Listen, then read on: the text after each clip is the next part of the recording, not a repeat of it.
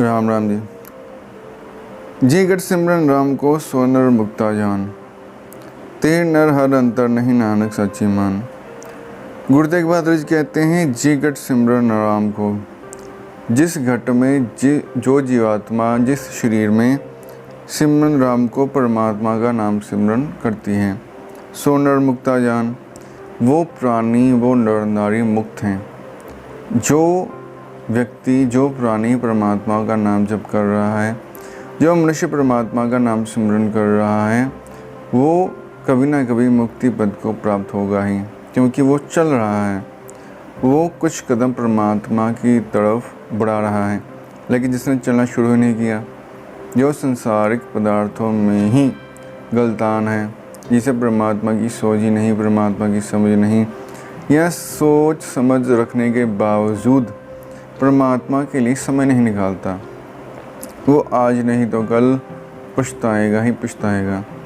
क्योंकि परमात्मा का नाम जब परमात्मा के ध्यान से ही आत्म साक्षात्कार हो सकता है और 84 लाख योनियों से मुक्ति मिल सकती है, उसके अलावा और कोई दूसरा उपाय नहीं है।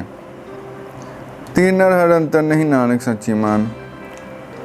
गुरु तेग बहादुर जी कहते हैं, जो परमात्मा का नाम जपते जपते परमात्मा में लीन हो गया, जिसका मन मर गया और 2400 घंटे जो परमात्मा का नाम सिमरन कर रहा है, उसमें और परमात्मा में कोई अंतर नहीं है। गुरु तेग बहादुर जी कहते हैं, जो परमात्मा का नाम जप करता है, उसे परमात्मा अपने में ही मिला लेता है। जैसा हरि होता है वैसा ही हरिजन बन जाता है।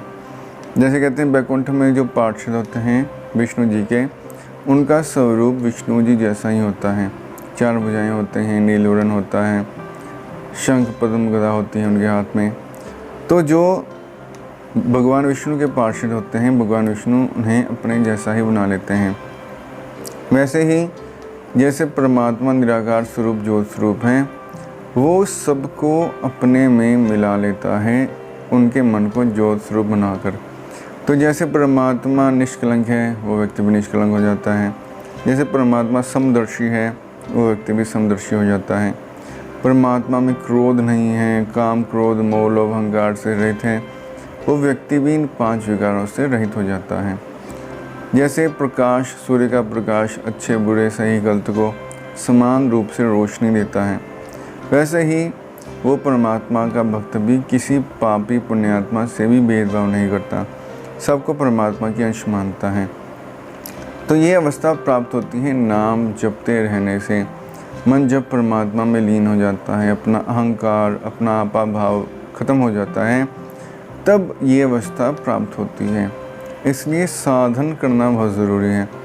सफलता कब मिलेगी, तो परमात्मा के हाथ में है, लेकिन साधन करते रहेंगे तो एक उम्मीद होती है कभी ना कभी सफल हो जाएंगे। जैसे 2 साधु वृक्ष के नीचे तपस्या कर रहे थे।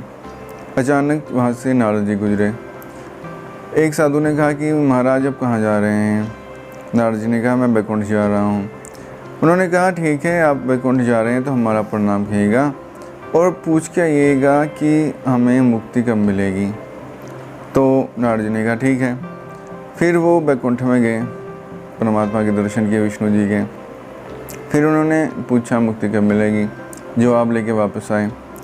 फिर जो एक बुजुर्ग साधु थे जो कि 50 सालों से तपस्या कर रहे थे, उनको नारद जी ने कहा कि अभी तुम्हें 2 जन्म और लगेंगे, फिर मुक्ति मिलेगी।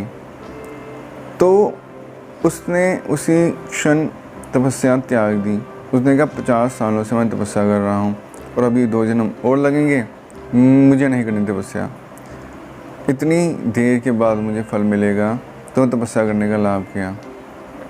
दूसरा साधु था, उसको अभी 5 बरस ही हुए थे।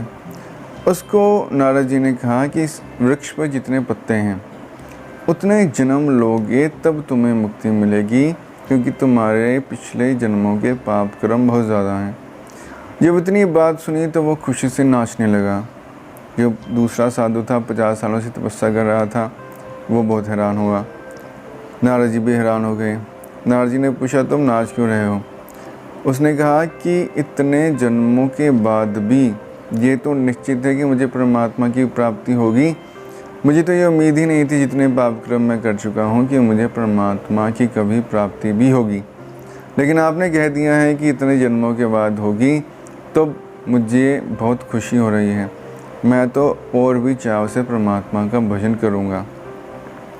तो ये होती है श्रद्धा, ये होता है विश्वास कि एक ना एक दिन तो परमात्मा की प्राप्ति होगी ही। तो हम अपने साधन में, अपने जप तप में ढील ना बरतें, परमात्मा का नाम उत्साहित होकर उत्सुकता से जप करें, तभी परमात्मा की प्राप्ति हो सकती है।